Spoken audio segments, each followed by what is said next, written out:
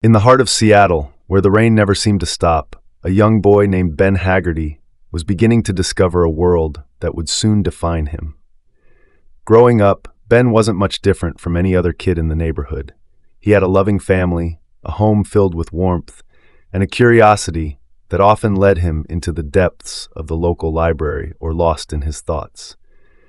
But beneath this ordinary exterior, a fire was starting to ignite, a fire that would eventually make him one of the most recognized names in hip-hop, Macklemore. Ben was born on June 19, 1983, in a city known for its eclectic music scene, but not particularly for its hip-hop. Seattle, with its grunge and rock legacy, wasn't the first place you'd think of when it came to rap music. Yet this city's melting pot of cultures and sounds would become the backdrop for Macklemore's story. From a young age, Ben was surrounded by diverse influences. His parents, who were both socially conscious and encouraged their children to be open-minded, exposed him to a variety of music genres, from rock to folk, and eventually to the beats and rhythms of hip-hop. As a child, Ben struggled with feeling out of place. He wasn't the most popular kid in school, nor the most athletic. He didn't have a natural talent for sports, nor did he fit the mold of what many might consider a typical cool kid. But where he lacked in those areas, he made up for with his passion for words. Ben was fascinated by storytelling, whether it was through the books he read or the music he listened to. And it was in hip-hop that he found a voice that resonated with him, a voice that spoke about real life, struggles, and the fight to be heard. Ben's first introduction to hip-hop came through the records his older brother played. These weren't just any records. They were from artists who were pioneers in the genre, names like A Tribe Called Quest, De La Soul, and Wu-Tang Clan. The beats, the rhythm, the lyrics that were both sharp and poetic, it all captivated young Ben. He would spend hours in his room, headphones on, absorbing every word, every beat, every story.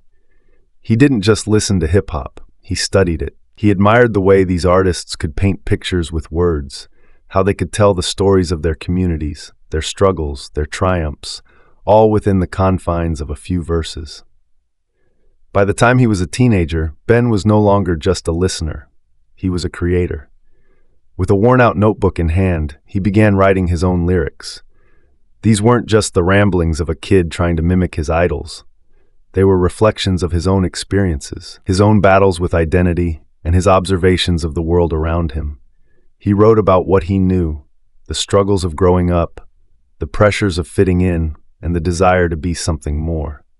In high school, Ben's love for hip-hop grew even stronger. But it wasn't just about the music, it was about the culture. He immersed himself in everything hip-hop had to offer, the fashion, the slang, the graffiti art that decorated the streets of Seattle. He became known as the kid who always had a rhyme ready, who could freestyle at the drop of a hat. But as much as he loved hip-hop, it was also during this time that Ben began to struggle with something much darker, something that would follow him throughout his life. Like many teenagers, Ben was searching for a way to cope with the pressures of growing up. He found solace in music, but he also found it in substances. Alcohol became a crutch, a way to numb the pain of feeling like he didn't belong. It was a battle he fought quietly, even as he continued to chase his dream of becoming a hip-hop artist. He was still writing, still performing, still chasing that dream, but now there was a shadow hanging over him, a shadow that threatened to consume him. Despite these struggles, Ben continued to push forward. He formed his first group, Elevated Elements, with a few friends from high school. They weren't the best, but they were passionate. They played small gigs, performed at local events, and slowly but surely, they started to build a following. It was during these early years that Ben adopted the name Macklemore, a name that would soon become synonymous with his unique style of hip-hop. Macklemore wasn't just a stage name. It was a persona that allowed Ben to step into a world where he felt he truly belonged. It gave him the confidence to express himself in ways he never could before. Through Macklemore, Ben could tell his story, his real story, and people were beginning to listen. After high school, Macklemore found himself at a crossroads.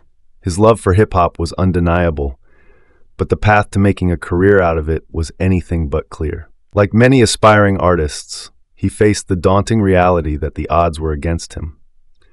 Seattle, with its rich musical history, was known more for grunge and alternative rock than for hip-hop. Yet Macklemore was determined to carve out a space for himself in the city's music scene. He enrolled at Evergreen State College in Olympia, Washington, a place known for its progressive culture and creative community. It was here that Macklemore began to seriously hone his craft. The college's unconventional approach to education allowed him to explore his artistic side without the rigid constraints of a traditional curriculum. He studied music, dabbled in performance art, and spent countless hours writing lyrics and developing his style. But even as he immersed himself in his passion, there was a lingering sense of uncertainty. Was this dream of his even possible? Could a white kid from Seattle really make it in the world of hip-hop? During this time, Macklemore also began to struggle more intensely with addiction. The pressures of trying to establish himself as an artist, coupled with the insecurities that plagued him, led him deeper into alcohol and substance abuse. It was a dark period in his life, one that he would later speak about openly in his music. The partying, the late nights, the drinking, it was all part of a vicious cycle that threatened to derail his ambitions. And eventually, it did. Unable to balance his burgeoning music career with his academic responsibilities, Macklemore dropped out of college. He knew he had to make a choice, fully commit to his music or risk losing everything. Dropping out wasn't an easy decision, but for Macklemore it felt like the only option. Music was his lifeline, his way out of the darkness, and he wasn't about to let it slip away. Back in Seattle, Macklemore threw himself into the local music scene. He released his first solo project, an EP titled Open Your Eyes, under the name Professor Macklemore. The project was raw and unpolished, a reflection of where he was in his life, still searching, still trying to find his voice. But it was a start. The EP didn't make much of a splash, but it caught the attention of a few people in the underground scene. It was enough to keep him going, enough to give him hope that maybe, just maybe, he could make this work. Around this time, Macklemore also began to make connections with other artists and producers in Seattle's hip-hop community. It was through these connections that he eventually met Ryan Lewis, a young producer who would soon become his most important collaborator. At first, their relationship was purely professional. Ryan was a photographer and videographer who worked on some of Macklemore's early projects. But it wasn't long before they realized they had a deeper connection, a shared vision for what hip-hop could be.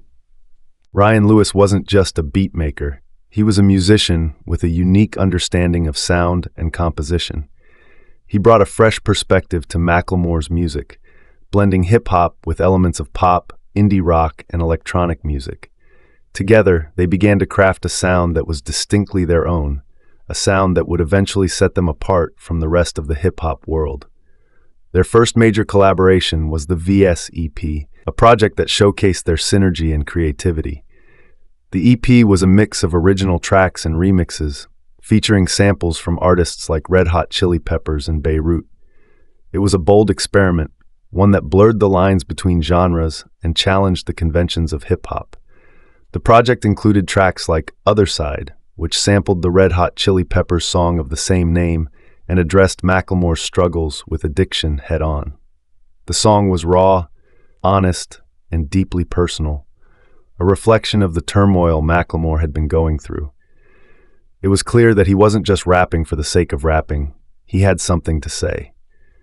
VS EP didn't catapult Macklemore and Ryan Lewis to stardom, but it did something arguably more important.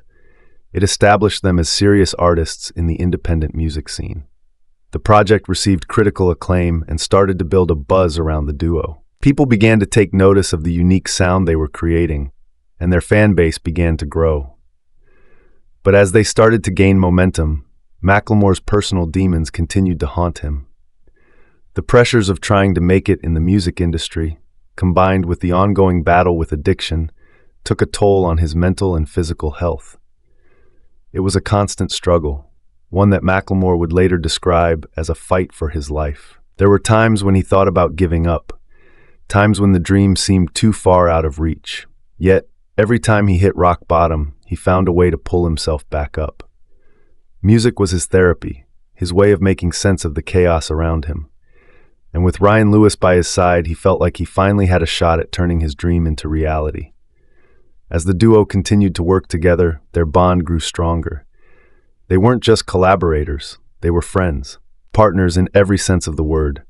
They shared a vision, a belief that they could make music that was both commercially successful and true to their artistic integrity.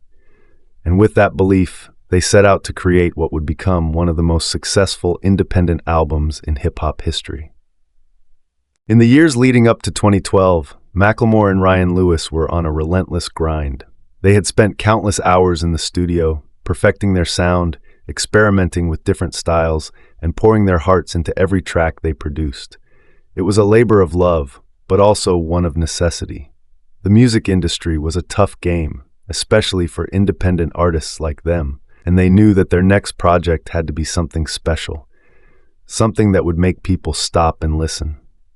That project was The Heist, an album that would not only define their careers, but also change the landscape of hip-hop. Macklemore and Ryan Lewis weren't backed by a major label, and they didn't have the marketing machine that many of their peers had. But what they did have was a loyal fan base that had grown steadily over the years, thanks to their relentless touring and the critical success of their previous EPs. They also had something that many major label artists didn't: complete creative control. The creation of The Heist was a deeply personal process for both Macklemore and Ryan Lewis. They approached the album with the mindset that it was now or never. They had to give it everything they had. The album wasn't just a collection of songs. It was a statement of who they were as artists and what they stood for. One of the standout tracks from The Heist was Thrift Shop, a song that would catapult Macklemore and Ryan Lewis into the mainstream consciousness. But Thrift Shop wasn't your typical hip-hop hit. Instead of rapping about luxury brands and expensive cars, Macklemore celebrated the joys of shopping at thrift stores, finding bargains, and rejecting the consumerist culture that had become so prevalent in the music industry. The song was catchy, humorous, and completely different from anything else on the radio at the time, and that's exactly why it resonated with so many people. When Thrift Shop was released as a single, it took off like wildfire. The music video, featuring Macklemore in a fur coat and gold chains, cruising through secondhand stores, quickly went viral. The song's infectious beat, combined with its relatable message, struck a chord with listeners across the globe. Within weeks, Thrift Shop had climbed to the top of the Billboard Hot 100, knocking out some of the biggest names in music at the time. It was a moment that no one, especially not Macklemore and Ryan Lewis, had anticipated. But while Thrift Shop was a fun and lighthearted track, The Heist as a whole was much deeper. The album tackled a wide range of themes, from addiction and recovery to identity and social justice. One of the most powerful songs on the album was Same Love, a track that addressed the issue of marriage equality and LGBTQ rights. In the song, Macklemore shared his thoughts on the importance of acceptance and love, challenging the homophobia that was still prevalent in both society and the hip-hop community. Same Love was a bold move, especially in a genre that hadn't always been welcoming to LGBTQ issues. But Macklemore wasn't interested in playing it safe. He wanted to use his platform to speak out on issues that mattered to him, even if it meant alienating some listeners. The song's message of love and equality resonated with many, and it became an anthem for the marriage equality movement. The impact of Same Love extended far beyond the charts. It helped spark conversations about inclusivity and the role of hip-hop in promoting social change. Another standout track from The Heist was Can't Hold Us, a high-energy anthem that showcased Macklemore and Ryan Lewis's ability to create music that was both powerful and commercially viable. The song's infectious hook, delivered by Ray Dalton, combined with its driving beat, made it an instant hit. Can't Hold Us became another chart-topping single, further cementing the duo's place in the mainstream music world. As The Heist continued to gain momentum, it became clear that Macklemore and Ryan Lewis had achieved something extraordinary. They had created an album that was not only commercially successful, but also deeply meaningful. It was a rare feat, especially in an industry that often prioritized profit over substance. But for Macklemore, The Heist was more than just an album. It was a reflection of his journey, his struggles, and his determination to make music that mattered. The success of The Heist wasn't just about the music. It was also about the way Macklemore and Ryan Lewis had gone about achieving it.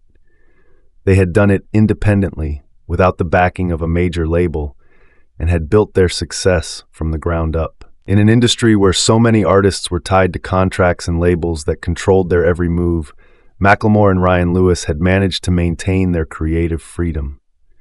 They had proven that it was possible to succeed on their own terms, and in doing so, they had inspired countless other independent artists to follow their lead. But with success came new challenges. As The Heist continued to dominate the charts and rack up awards, the pressure to keep delivering grew. Macklemore, who had always been open about his struggles with addiction and mental health, found himself once again grappling with the demons that had plagued him for so long. The demands of fame, the endless touring, and the scrutiny that came with being in the spotlight all took a toll on him. Despite these challenges, Macklemore and Ryan Lewis kept pushing forward. They knew that The Heist was just the beginning, and they were determined to prove that their success wasn't a fluke. They continued to tour, performing at major festivals and selling out arenas around the world. Their live shows became known for their energy, their authenticity, and their connection with the audience. It was clear that for Macklemore, the stage was where he truly came alive. The year was 2014, and Macklemore and Ryan Lewis were at the pinnacle of their success. Their album, The Heist, had become a cultural phenomenon, producing multiple hit singles and earning them a dedicated fan base. The culmination of all their hard work came when they were nominated for several Grammy Awards, including Best Rap Album. For an independent duo who had built their careers from the ground up, the nominations felt like a validation of everything they had worked for. The night of the Grammys was electric. The music world watched as Macklemore and Ryan Lewis were nominated alongside some of the biggest names in hip-hop, including Kendrick Lamar, Drake, Jay-Z, and Kanye West. The competition was fierce, and many believed that Kendrick Lamar's Good Kid, MySpace, an album that had been hailed as a masterpiece, was the frontrunner for Best Rap Album. As the night went on, Macklemore and Ryan Lewis were called to the stage multiple times, winning awards for Best Rap Performance, Best Rap Song, and Best New Artist. Each time Macklemore took the microphone, he expressed his gratitude and disbelief, acknowledging the journey they had taken to get to this point. But it was the final award of the night, Best Rap Album, that would become the most talked about moment. When the winner was announced, it wasn't Kendrick Lamar. It was Macklemore and Ryan Lewis. The crowd erupted in applause, but for many, the moment was bittersweet. While Macklemore and Ryan Lewis were undoubtedly deserving of recognition, many in the hip-hop community felt that Kendrick Lamar's Good Kid, MySpace, had been unjustly overlooked. The album was a critical and cultural landmark, praised for its storytelling, lyricism, and its portrayal of life in Compton. To many, it was more than just an album. It was a piece of art that captured the essence of hip-hop. Macklemore himself seemed to share these sentiments.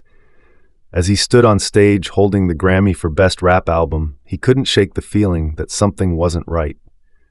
Later that night, in a moment that would go viral, Macklemore sent a text message to Kendrick Lamar, which he then posted on social media. The message read, "You got robbed. I wanted you to win. You should have. It's weird, and it sucks that I robbed you." The post sparked a firestorm of reactions. Some praised Macklemore for his humility and honesty, while others criticized him for what they saw as a self-serving gesture. The controversy highlighted a broader conversation about race, privilege, and authenticity in hip-hop. Many questioned whether Macklemore's success was due, in part, to his identity as a white rapper in a genre that was historically and culturally rooted in the Black experience. The debates were intense, with some arguing that the Grammy win was a reflection of the industry's preference for more commercially viable, safe artists, while others believed that Macklemore's success was a result of his talent and hard work. For Macklemore, the Grammy controversy was a turning point. While he was proud of what he had accomplished, He couldn't ignore the criticisms being leveled at him.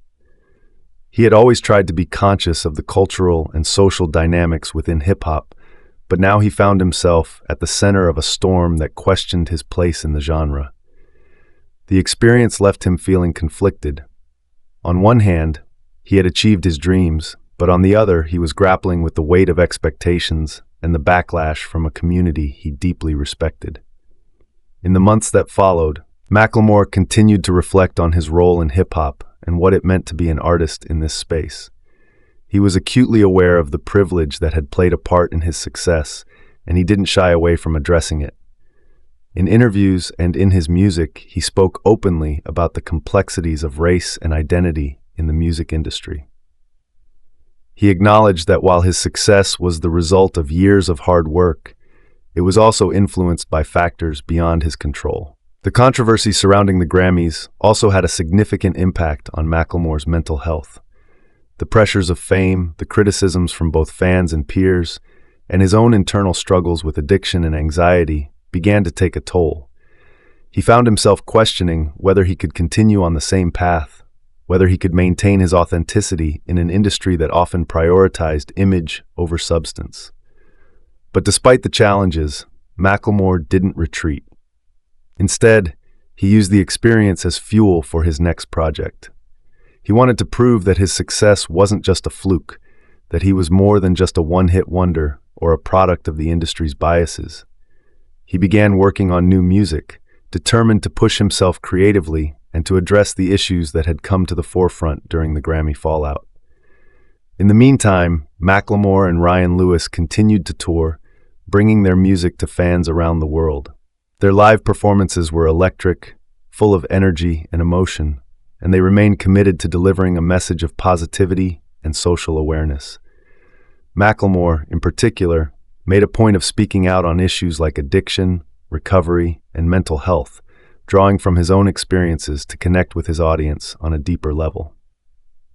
The Grammy controversy may have cast a shadow over Macklemore's career, but it also forced him to confront the realities of his position in the music world. It was a moment of reckoning, one that would shape the direction of his music and his message in the years to come. Macklemore knew that he couldn't change the past, but he could use his platform to create a better future, both for himself and for the community that had embraced him. As the dust settled, Macklemore emerged more determined than ever to stay true to his values, to continue making music that mattered, and to navigate the complex landscape of hip-hop with integrity and respect. After the whirlwind of success and controversy that followed the heist, Macklemore found himself at a critical juncture in his career. The highs of fame were tempered by the weight of public scrutiny, and the pressure to follow up his monumental success was immense. Yet beneath the surface, there was a deeper struggle, a battle to reconcile his public persona with his personal demons, and to create music that remained true to his vision while navigating the complexities of the industry. In 2016, Macklemore and Ryan Lewis released their highly anticipated follow-up album, This Unruly Mess I've Made. The title itself was a reflection of the turmoil and chaos that had surrounded Macklemore in the years since the heist. It was an album born out of introspection, guilt, and the desire for redemption. The process of creating This Unruly Mess I've Made was a cathartic experience for Macklemore. He and Ryan Lewis retreated to a remote cabin in the woods, far from the distractions of city life, to focus solely on the music. The isolation allowed them to delve deep into the themes they wanted to explore: identity, privilege, social justice, and the consequences of fame. For Macklemore, this album was an opportunity to address the criticisms that had been leveled at him, to confront his own shortcomings, and to use his platform to speak on issues that mattered to him. One of the standout tracks on the album was White Privilege 2, a powerful and polarizing song that tackled the topic of race head-on. In the song, Macklemore wrestled with his role as a white rapper in a predominantly black genre, acknowledging the privilege that had contributed to his success and questioning whether he was doing enough to support the Black Lives Matter movement. The track was both a confession and a call to action, and it sparked intense debate among fans, critics, and the hip-hop community at large. White Privilege 2 wasn't just a song, it was a statement of intent. Macklemore was using his platform to engage in difficult conversations, even if it meant alienating some of his audience. The song was met with mixed reactions. Some praised Macklemore for his courage and honesty, while others criticized him for what they saw as virtue signaling or overstepping his bounds. But for Macklemore, the song was necessary. It was his way of grappling with the complexities of race in America and the role that he, as a white artist, played in the larger cultural conversation.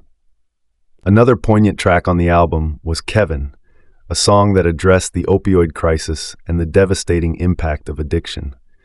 The song was inspired by the death of Macklemore's friend, who had overdosed on prescription drugs. Kevin was a raw and emotional plea for change, highlighting the failures of the healthcare system and the pharmaceutical industry in addressing the epidemic. It was a topic that hit close to home for Macklemore, who had battled his own addiction issues for years. The song served as both a tribute to his friend and a sobering reminder of the ongoing crisis. While This Unruly Mess I've Made didn't achieve the same commercial success as The Heist, it was a critical moment in Macklemore's career. The album showcased his growth as an artist and a person, highlighting his willingness to tackle uncomfortable subjects and to confront his own flaws. It was clear that Macklemore wasn't interested in simply replicating the formula that had made him famous. He was committed to using his art to make a difference. However, the album's more introspective and socially conscious themes didn't resonate with all fans, and it received mixed reviews from critics. Some praised the album for its boldness and depth, while others felt it lacked the infectious energy and commercial appeal of The Heist. But for Macklemore, the album was a necessary evolution. It was a reflection of where he was in his life, a man grappling with fame, fatherhood, and the responsibility that came with his platform. During this period, Macklemore also experienced significant personal growth. In 2015, he became a father, a milestone that profoundly impacted his perspective on life and his priorities. The birth of his daughter brought a new sense of purpose and clarity to his life, prompting him to reassess what truly mattered. Fatherhood became a central theme in Macklemore's life and work, influencing everything from his music to his public persona. He spoke openly about the joys and challenges of parenthood and the responsibility he felt to set a positive example for his daughter. As he navigated the complexities of fame and fatherhood, Macklemore also began to explore new musical directions. In 2017, he and Ryan Lewis decided to take a break from their partnership, allowing Macklemore to pursue a solo career. The decision was amicable, and the two remained close friends, but it marked the beginning of a new chapter for both artists. Macklemore's first solo album in over a decade, Gemini, was released in 2017. The album represented a departure from the more introspective and socially conscious themes of This Unruly Mess I've Made, instead focusing on lighter, more celebratory tracks. Songs like Glorious and Good Old Days captured a sense of joy and nostalgia, reflecting Macklemore's renewed sense of purpose and positivity. Gemini was well received by fans and critics alike, and it reaffirmed Macklemore's ability to craft catchy, uplifting music that resonated with a wide audience. But even as he embraced this new direction, Macklemore remained committed to the causes that had always been important to him. He continued to use his platform to advocate for social justice, addiction recovery, and mental health awareness, drawing from his own experiences to inspire others. He also expanded his reach beyond music, becoming involved in various philanthropic efforts and speaking engagements, where he shared his story and encouraged others to pursue their passions while staying true to their values. As Macklemore's career continued to evolve, it became clear that his impact on hip-hop and popular culture was far-reaching. From his humble beginnings in Seattle to his meteoric rise to fame, Macklemore had carved out a unique space for himself in the music industry, one that was defined by authenticity, social consciousness, and a commitment to using his platform for good. Macklemore's journey was never just about making hits, it was about making a difference. Throughout his career, he consistently used his music to address important social issues, from addiction and mental health to race and equality. His willingness to tackle these topics head-on set him apart from many of his peers, and it earned him a reputation as an artist who wasn't afraid to speak his mind, even when it wasn't the popular thing to do. One of the most significant aspects of Macklemore's legacy is his role in opening doors for independent artists. In an industry dominated by major labels, Macklemore and Ryan Lewis proved that it was possible to achieve mainstream success without compromising artistic integrity. Their decision to remain independent, even at the height of their fame, inspired countless other artists to pursue their dreams on their own terms. Macklemore's success story became a blueprint for a new generation of musicians who sought to maintain creative control over their work while still reaching a global audience. Macklemore's influence also extended beyond music. He became a vocal advocate for a range of causes, using his platform to raise awareness and drive change. His work in addiction recovery, in particular, has had a profound impact on many people who have struggled with substance abuse. Through his music, public speaking, and philanthropic efforts, Macklemore has helped to destigmatize addiction and encourage others to seek help. His openness about his own struggles has resonated with fans around the world, offering hope and inspiration to those who face similar battles. In addition to his advocacy work, Macklemore has also been a champion of mental health awareness. He has spoken candidly about his experiences with anxiety and depression, and he has used his music to explore the complexities of mental health. By sharing his story, Macklemore has helped to break down the barriers that often prevent people from seeking the support they need. His message is clear. It's okay to struggle, and it's okay to ask for help. Macklemore's influence on hip-hop culture is undeniable, but his legacy goes beyond the music. He has become a symbol of resilience, authenticity, and the power of self-expression.